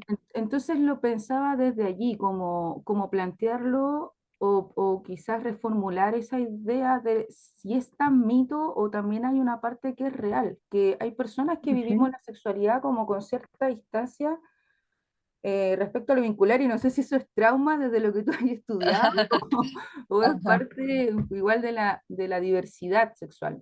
Ujú. Sí, sí, sí. Bueno, tremenda pregunta. Se me ocurren muchas cosas por decir, pero, Sí, creo que más. eh, por ejemplo, el tamaño del pene, para decir algo como, cuando vimos los relatos de las personas, vimos que hay mujeres que sí les parece importante. Entonces, cuando hablamos de mito, no significa que eso no pueda tener algún grado de realidad para algunas personas, pero que se refiere a que es una creencia que se impone, que la mayoría piensa y que se espera como algo que tiene que suceder. Entonces, un hombre que conecte emocionalmente con su sexualidad puede incluso ser como enjuiciado o puede ser mal visto o puede ser dificultoso, porque aquí hacemos esto que hablábamos teóricamente al Mm, inicio de la interrelación entre lo psicológico y lo sociocultural. Y en realidad, ¿cuánto de nuestra cultura genera ciertos apegos? Porque se ha hablado que los hombres en general tienden a tener más apego evitativo y las mujeres más apego ansioso.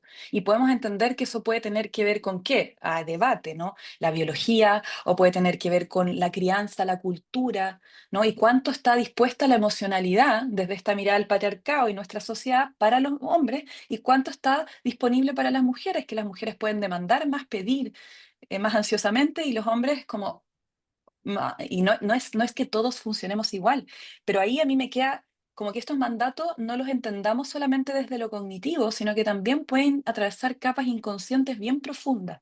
¿M? Entonces no se trata con decirle solamente a la persona, no, si tú puedes conectar con lo emocional o es una posibilidad, sino que de trabajar qué pasó ahí en esa construcción. Y hay diversidades de apegos, no siempre lo vamos a patologizar. Yo creo que todos tenemos ciertas tendencias, también están los apegos seguros. Y en sí, lo que tú decías de Esther Perel, o sea, ya se sabe hoy en día que las parejas de largo aliento tienen un desafío distinto al que tenían las parejas anteriormente, que eran matrimonios que estaban casados sí o sí, o sea, había deseo o no había deseo, no se exigía un matrimonio apasionado. Hoy en día se exige que el matrimonio, como uno también se puede separar, todo que el matrimonio no sea solo un compromiso y una tradición para generar familia, sino que también uno la pase bien y la pase bien sexualmente. Y entonces son nuevos desafíos que implican que tengamos dos necesidades opuestas ahí de la mano. Esta necesidad mm, del hogar, de estar estables, de sentir seguridad, de predictibilidad en el vínculo, que te da una relación de largo plazo, de compromiso, pero a la vez el deseo funciona en la lógica de la sorpresa, lo misterioso, lo nuevo. ¿Cómo ponemos lo novedoso en un vínculo de mucho, a largo de que nos plazo. conocemos tanto a largo plazo? Y ese es un Mm, desafío en general, ¿no? Para cualquier persona, yo creo. ¿M? Y es una consulta muy frecuente cuando atendemos ¿no? en sexología, creo yo, en parejas de largo aliento, que también hay diferencia en el deseo, que alguien se empieza como a aburrir un poco, empieza a bajar el deseo. Entonces, por supuesto que está lo de los estilos de apego, pero simplemente esto es como plantear una otra mirada, una otra lente de lectura de lo mismo y cómo quizás se entrelazan o no. Bueno, no creo que tenga la respuesta, más bien te dejo la pregunta y les dejo la claro. pregunta para que sigamos reflexionando al respecto. Espero Muchas haberte gracias. orientado con algunas cosas con tu pregunta. Y sobre Muy todo interesante. como de no como que me causó eso, que es un mito, pero que en realidad puede haber personas como lo mismo que tú decías del pene grande, como puede que no, pues puede que haya una variable de personas que no lo viva como un mito, que sea una realidad. Que sea una realidad y que quizás sea algo que también les dificulte. O sea, si se genera como un malestar, hay algo que trabajar aquí, ¿no? Como si yo quiero enamorarme y me quiero vincular afectivamente y no lo puedo hacer y no puedo coordinar de manera conjunta mi deseo con el amor, muchas veces es un motivo de consulta y tenemos que entender si en la socialización masculina y en esa crianza, algo de todo esto que estamos hablando influyó en la constitución de esa persona y de su sexualidad. ¿Ah? Entonces puede ser real, pero igualmente puede ser un mandato, que la persona quizás si lo padece lo quiere transformar. Si la persona está cómoda con su vivencia de su sexualidad, yo no voy a llegar normativamente de fuera a decirle, aquí estás viviendo la sexualidad como no debieras vivirla. Tampoco el mandato es no hacer el mandato, porque caemos en, en la misma lógica que no queremos, ¿no es cierto? Así que muy interesante tu pregunta, muchas gracias. Muchas gracias.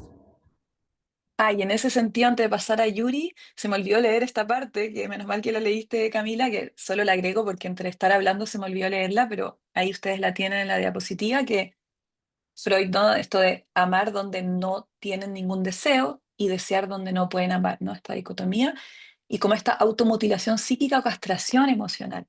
¿M? Eso, que no lo había leído, solo para cerrar. Y ahí le doy el paso a Yuri y después ya vamos terminando porque para que puedan descansar y sacar su sorteo y la beca. Sí, en virtud del tiempo, les voy a pedir que ojalá pueda dar la pregunta concreta para que alcancemos a hacer el sorteo, ¿sí? Porque nos hemos alargado un poquito, gracias. Hola, ¿me escuchas? Y te escucho. Hola. Nicole, muchas gracias por la clase. Muy interesante para hacerlo súper puntual. eh, Rápidamente conectando con lo que estaban hablando anteriormente, yo conozco varias personas que justamente su sexualidad la experimentan de manera más enriquecedora y se potencia más cuando justamente encuentran un afecto. Entonces quiero un poco como rescatar lo que tú dijiste de la diversidad infinita de combinaciones que existen entre personas y también en los distintos momentos de la vida de cada individuo. Mi pregunta es con respecto a la forma moderna o el sistema moderno que tenemos hoy día de vincularnos desde el lugar más desde pareja, por ejemplo, tiene que ver con la existencia de las aplicaciones de cita. Quizá una respuesta que da para el seminario de 8 horas y no es el momento ahora, está perfecto, solo me gustaría por último dejar planteada la pregunta. Eh, Quería saber tu opinión sobre cómo influye la existencia de las aplicaciones de citas en cómo se vive la sexualidad, como esa acción de hacer para la izquierda, para la derecha, para la izquierda, para la derecha, y que de tanto hacerlo, casi que se transforma en una acción poco consciente de qué estoy haciendo y es como si estuviera vitrineando algún producto online en una tienda en Amazon o no sé, en alguna parte. Ujú, Entonces, ujú, ¿crees que eso potencia los desafíos o las dificultades que se viven en la sexualidad actual? ujú. Súper interesante. Y voy a, creo que sacar esto, ya creo que ya lo escanearon, si les interesa, si nos vemos un poco las caras antes de terminar, ¿no es cierto? Mucho mejor. Em, Perfecto. Entonces, sí, es una tremenda pregunta y de hecho, bueno, está todo este, no sé si han escuchado el concepto de la demisexualidad, que es como la importancia de sentir alguna conexión afectiva para que se dé la atracción sexual o la excitación sexual o el deseo. Pero también, ¿cuánto se permite eso? Porque está este mandato, ¿no? De, onda, ya, pues si ya nos conocimos, vamos directo al grano y si el hombre dice como oye, pero yo necesito conocerte más, es como, ¿qué te pasa? Como no te gusto, como que siempre está esta exigencia, de alguna manera, desde lo que he escuchado yo en la clínica, de tener que o rendir rápido o como que la necesidad afectiva de conocerse en un hombre es menos esperable que una mujer diga, oye, como esto de... eh, el hombre como dispuesto y la mujer, como el hombre cuando puede y la mujer cuando quiere, como que el hombre siempre estaría dispuesto y si de repente dice, no, no estoy dispuesto, necesito conectarme afectivamente contigo. ¿Cuál es como la mirada del entorno ante eso también? De los otros hombres, de las mujeres, de las personas en general, independiente del género. Entonces ahí hay algo muy interesante. Y hoy en día por eso se están hablando de las orientaciones sexuales y poniéndole nombre a todas esas posibilidades, ¿no? Y que es perfectamente válido necesitar una conexión afectiva para conectar sexualmente. ¿Mm? Y respecto a esto, da para todo un tema, como tú dices, y es una opinión personal más bien en torno a las aplicaciones de cita. Yo creo que en la pandemia vinieron bien todas esas cosas, ¿no? Pero hay algo como de cuando dicen el capitalismo, cómo nos influye en los vínculos y en las relaciones y en la sexualidad, creo que hay mucho de eso, ¿no? De objetivizar a veces como un producto esto que estoy viendo, los perfiles, ¿no? Las personas, o esto más de mercantilizar, ¿no? Y decir, me gusta, no me gusta, como desde un lugar, como si estuviera, como tú dices, vitrineando y comprando. Y creo que es algo que nos está pasando en distintos niveles. Hoy en día con las redes sociales, por ejemplo, em, como como el asunto de la terapia también. No sé, aquí deben haber varios terapeutas, ¿no? Pero esto de, hoy en día, incluso como terapeuta, estamos vendiendo cursos. A mí el otro día, de una terapeuta que me parece muy respetada y me encanta, como que y estoy en su lista de mails, empecé a recibir como, si compras ahora, vas a ganarte tal bonus, y si compras antes de esta hora, vas a tener en descuento. Y yo es como, ¿qué es esto, no? Y creo que también está pasando en los vínculos. Sexoafectivos y creo que puede ser una oportunidad, pero depende cómo sea usada, igual que la inteligencia artificial, ¿no? Depende cómo sea usada, puede ser una buena herramienta o nos puede desconectar más. ¿Y qué pasa con la corporalidad ahí? Hablando de lo que decíamos antes, ¿no? ¿Dónde está la conexión de la vergüenza cuando conoce a alguien, la mirada, esa vergüenza erótica también, como eh, lo no verbal, ¿no? Aquí es como mucho más intelectual y como superficial. ¿Mm? Entonces, claro, se pierde mucho. Mientras lo tengamos como una oportunidad de, oye, no, no tengo cómo conocer a alguien, igual quizás podemos elegir ir a hacer un curso de salsa o quizás buscar más la presencialidad. Y si busco la aplicación, ¿cómo puedo humanizar más cómo puedo hacer un trabajo de humanizar más esos contactos? ¿Mm? Y también de sentirme humanizado. Y si veo que alguien me trata como ese objeto, ¿cómo poder salir de ahí? También podemos como educarnos y educar en torno al uso de esas aplicaciones. Eso como reflexión personal. Muchas gracias por su presencia y por sus comentarios. No alcancé a leer todo lo del chat, pero gracias por las preguntas y bueno, cualquier cosa me contactan después. Muchas gracias a la expositora por su presentación. Nicole, te doy la palabra para que dejes invitados a las personas de tu curso. Sí, bueno, es genial si quieres seguir profundizando. Es la próxima semana, va a ser 2 días, el día martes y el día miércoles, ya de 6 a 10. Vamos a estar 4 horas cada día, cada uno de esos 2 días, y vamos a revisar, bueno, cómo evaluar las disfunciones sexuales masculinas y cómo trabajarlas, ¿no? Como algunas técnicas sexológicas también para acompañar las distintas disfunciones sexuales, donde vamos a profundizar un poco en esto, pero mucho más en lo clínico también y en la práctica. Así que son bienvenidas.